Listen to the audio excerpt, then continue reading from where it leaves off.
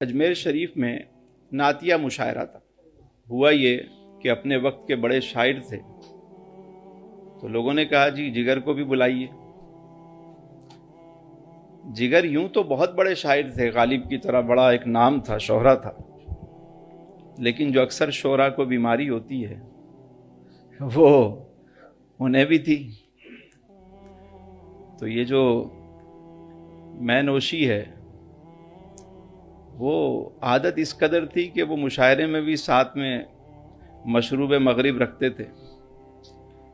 تو لوگوں نے کہا کہ نعتیہ مشاعرہ ہے، ایسے شخص کو تو نہیں بلانا چاہیے۔ شاعر بہت بڑے ہیں،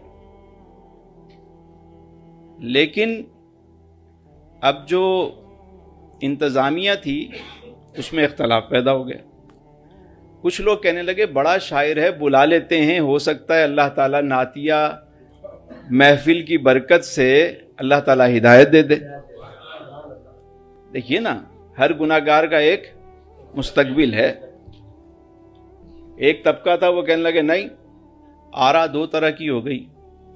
کچھ حضرات کہنے لگے کہ آپ بلائیے اور کچھ کہنے لگے نہ بلائیے۔ بات آگے بڑھتی گئی یہاں تک کہ سب قائل ہو گئے کہ اتنا بڑا وقت کا جو شاعر ہے اس کو لازمی بلانا چاہیے۔ کہا اچھا جی چلتے ہیں۔ جب وہاں پہنچے جگر صاحب کے پاس مراد آباد میں، انہوں نے جب یہ دعوت سنی تو کہنے لگے بھائی میں تو نہیں آ سکتا، میری طرف سے تو معذرت قبول کریں۔ کہا کیوں؟ کہا میں اتنا سیاہ کار گناہ گار انسان، میں اپنے آپ کو اس لائق ہی نہیں سمجھتا کہ اتنی عظیم محفل میں جاؤں اور اسٹیج پر میں نعت سناؤں۔ میں نے تو کبھی نعت لکھی ہی نہیں۔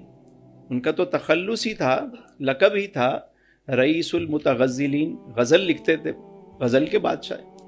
میں نے تو نعت نہیں لکھی، کبھی نعت نہیں کہی، تو میں تو نہیں آ سکتا، میری طرف سے معذرت قبول کر۔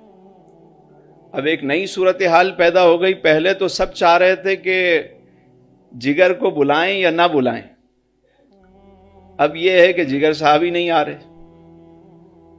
پھر وہی جو ہوتا ہے رفیقان محبت کا طریقہ کہ فورس کرواتے ہیں، کبھی ان سے بات کروائی، کبھی ان کو کہا، کچھ دوست احباب کو لے گئے کہ جگر کو راضی کرو۔